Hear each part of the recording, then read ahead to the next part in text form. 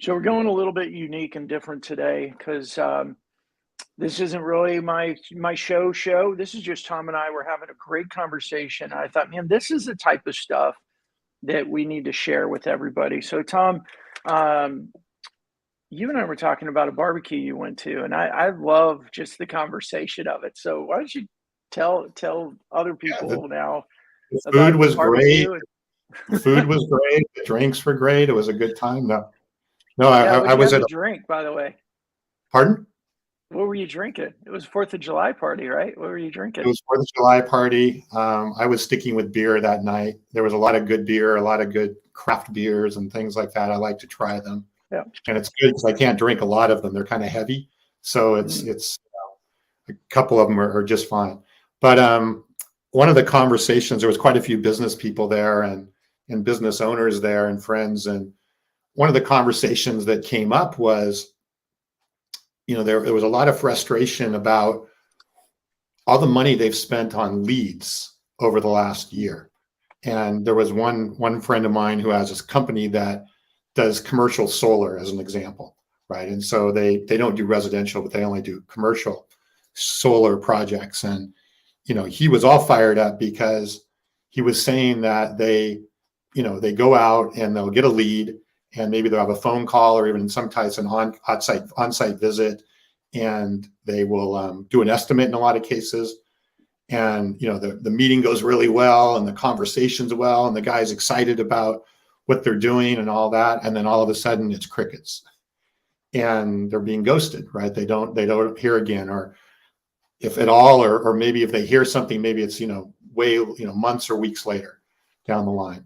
And so there was a lot of frustration about this, which started a whole conversation with a whole group of people about the amount of money that's being spent on generating leads, whether it's through advertising or whatever that you're doing to generate leads, or even shows or whatever, and then getting like a little bit of traction, right? A little bit of activity with those leads, and then having them go dark and disappear. And what I realized out of this, this is certainly right in alignment with what I talk about in my book, the Revenue Zone book, is, well, all that's happening is, well, two things, and then there was a third that really hit me. But there's two things: is there's not enough trust that's being created, enough relationship to build the trust, and there's not enough demand that's being created. And the third thing, which is keeping that from happening, is you're not holding their attention. The attention is not being held long enough and continually enough to get through those phases of going forward. And I realized, the challenge that we all run into is, in a lot of cases, an attention problem with our prospects, as much as it is whether or not they want our product, like our product, or whatever. So we have to keep their attention, but we have to use that attention to build demand and to build trust. But I was amazed at how much, just overall, how much emotion that was tied to the subject, and turned into a really, really spirited conversation. Yeah. Yeah. Well, yeah, and you know what I think too, um, what were the three tell me the three things again. You said number three was you're not keeping their attention, there's no trust, and I think Yeah. you had a So middle one.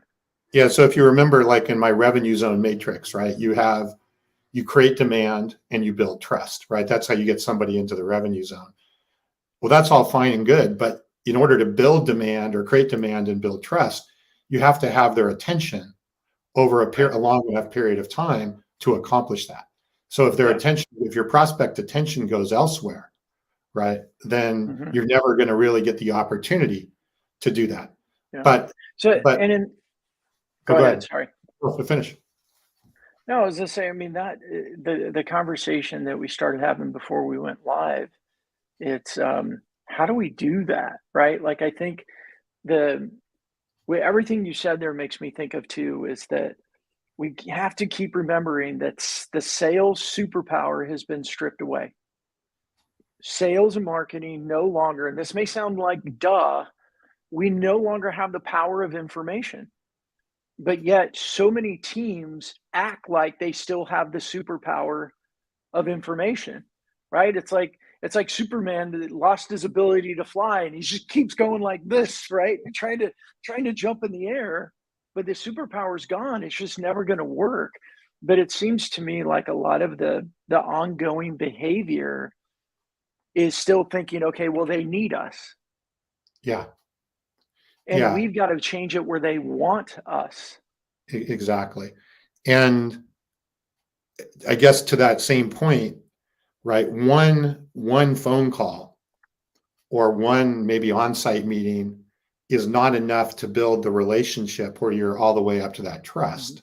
And it's certainly probably not enough to even create demand to the level that's going to cause the prospect to carry through on Yeah. what they're doing.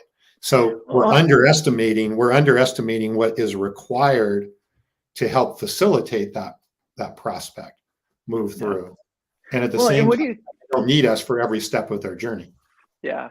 So what do you think about this then too? I mean, I think that all of our experiences as a consumer is influencing what we expect as a B2B buyer.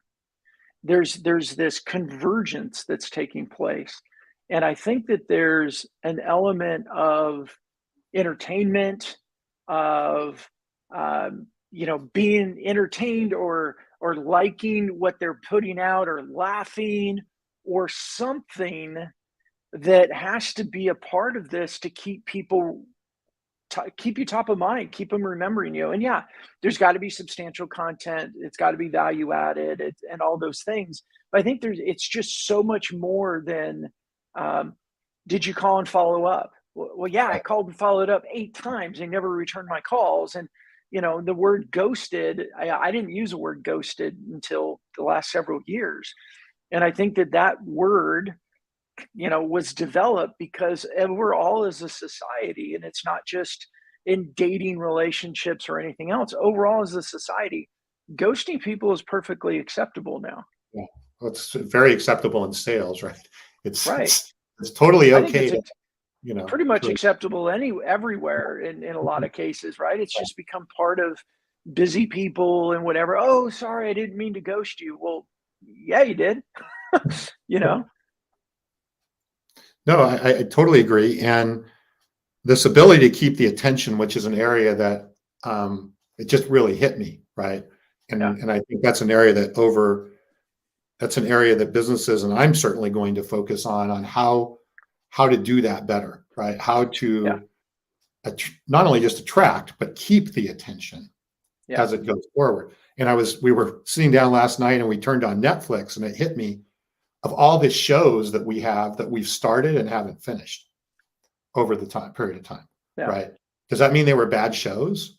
Does that mean we didn't like them? No, our attention just went to some other show or to some other thing, that's Yeah. going on. So yeah, I think there's a real need to incorporate in that whole process and that whole yellow brick road, as I call it, moving people into the revenue zone is okay. How do you creatively keep attention? And I have a number of Yeah. ideas on that I'll go into now, but I think that's a key area as we talk about Yeah. this conversion into the revenue piece. Yeah, and I think some of the key top level things, if you will, is got to be it's got to be relevant, good content, and I'm gonna say good content because good is all over the place. Like what's good for one industry might not be good for another, and I really do believe that from what I've seen, especially with B2B salespeople, those that have really embraced like who they are, what they're passionate about, and applying that into their work are the ones that are the most successful. Mhm. And it's because it's more authentic, it's natural, they show up, they enjoy it.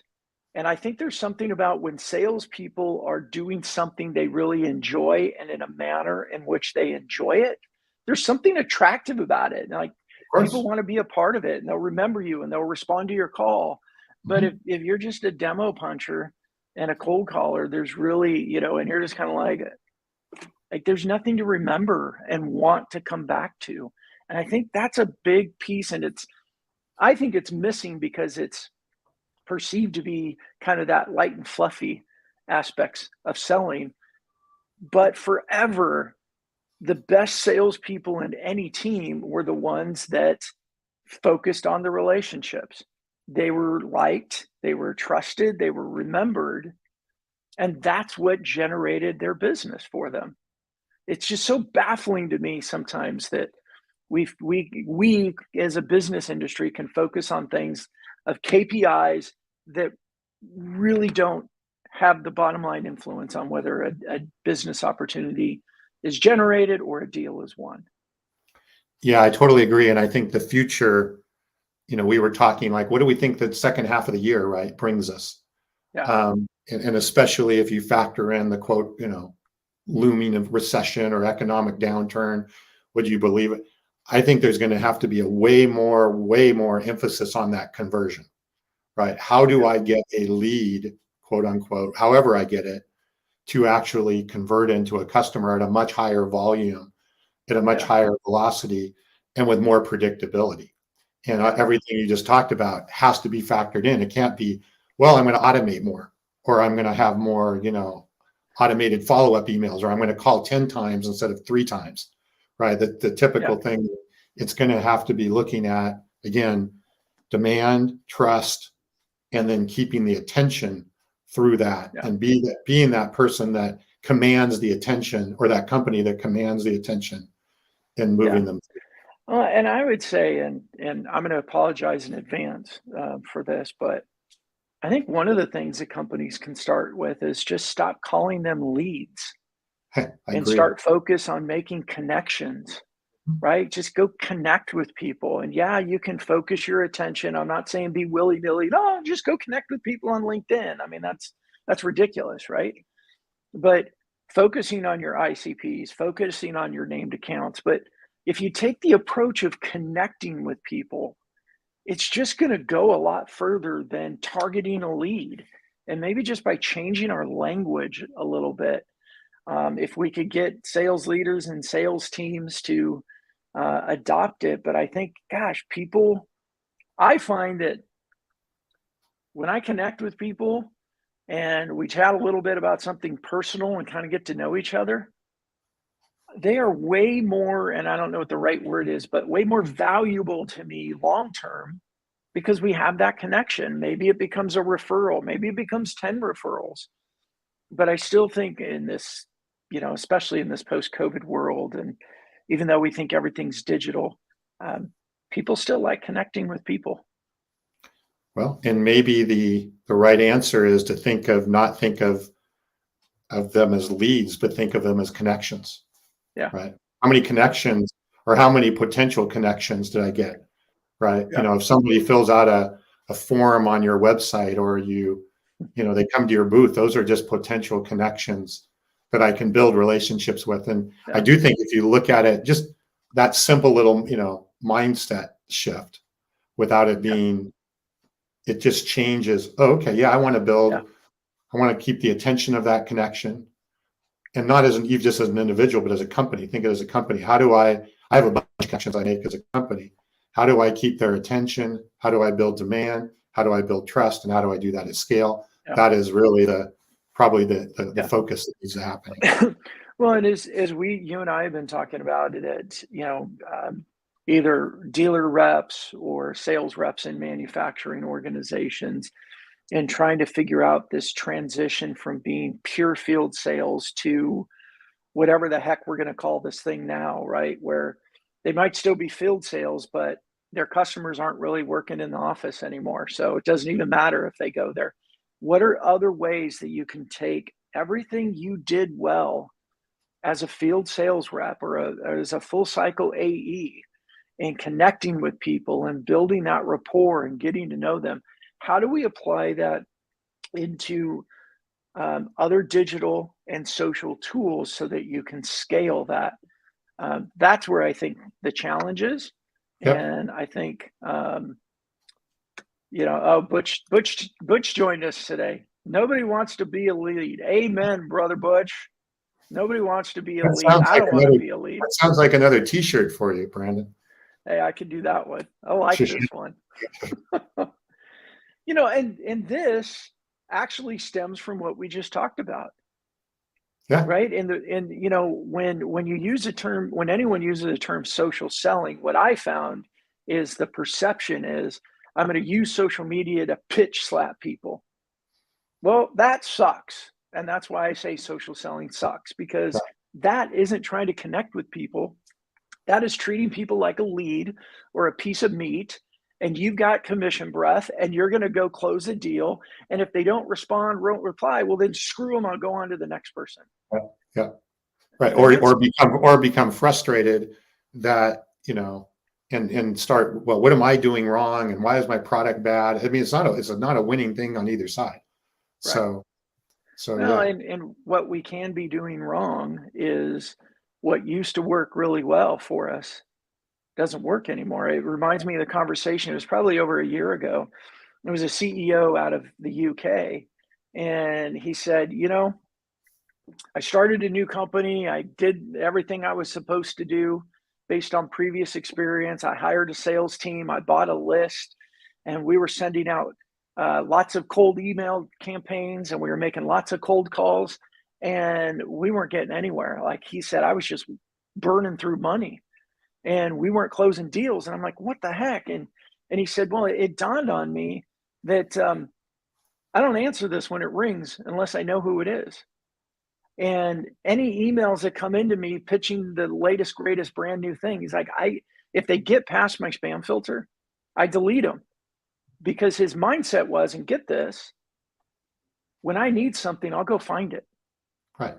Or I know somebody that can help me find it. Right. Right.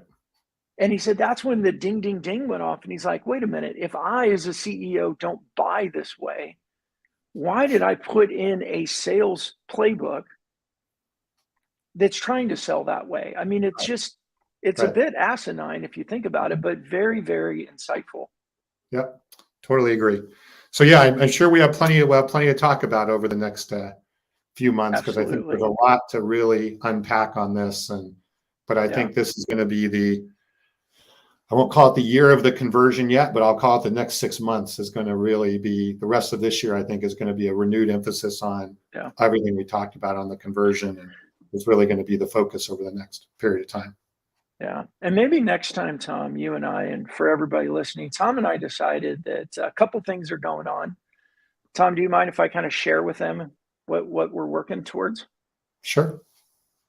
So Tom and I want to create a new podcast and a new show. So we're eventually going to get rid of the digital influence show, and we're going to come together and create a new show together. But what we really want to talk about is, what do we do? What do companies need to do in this next gen? Right? I mean, I think we've all heard this. Everything's going so much faster. And what was it? You know, in the last 10 years, there's been more innovation than there was in the previous 30. And prior to that, it was like the previous 100. Like everything's going really, really fast. So for us to sit here and say, well, you know, the cold call playbook, the cold email playbook, the inbound marketing playbook, these things have worked. They worked in 2010, 2012. They should still work today. I think we have to question it. And I'm not saying any of those don't work. I'm just saying, is that enough? And nobody Yeah. wants to bring in complexity, but you got to ask the question, is that enough? Because the answer of putting more butts in seats in order to make more calls, in order to get the conversation you want, is a very, very expensive route to go, in my Yes. opinion. Yes. And cost effectiveness is a huge issue, right? More than ever, right? It's no Right. longer okay to spend $5 to get $1 worth of sales. So Yeah. effectiveness is cost effectiveness is really going to become under a microscope more and Yeah. more of what we're doing. Absolutely. So Tom and I are working on a new name. If you have any ideas, we'd love to hear them. But we're going to work on this because we think this conversation, and I like Tom brought this up, and so just give Tom credit, of course. He's had a couple of these kind of barbecue conversations, and his network tends to be a bunch of business owners. But Tom told me one time, this is what, 2, 3 weeks ago, after a different barbecue, and you had all these conversations. Yeah. Well, you're in California. That's what you do. Um, you said there was just a lot of emotion behind this. And I think there's a lot of, pented up emotion around, we got to be able to do this better, but what do we do differently? And I think that's the conversation we want to be having with people, right? Yep. Yep. How do we do it differently and more efficiently and more effectively? And the Yeah. good news is I think there's answers to all of that. So Yeah, absolutely. So, all right. Well, hey, everybody that's listening, thanks for joining us. We just impromptu went live. We plan on doing more of this. But if there's any topics that you think we should cover, or you have ideas for the name of our show, so I think what we should do is I'll change the branding on this to say the Not Net Name Show, to be determined, right? to be TBD, determined. the Yeah, TBD. we can do that for sure. So, all right, Tom, you All want right. to end this up? Sure. Let's do it. All right. Thanks, everybody. Thanks.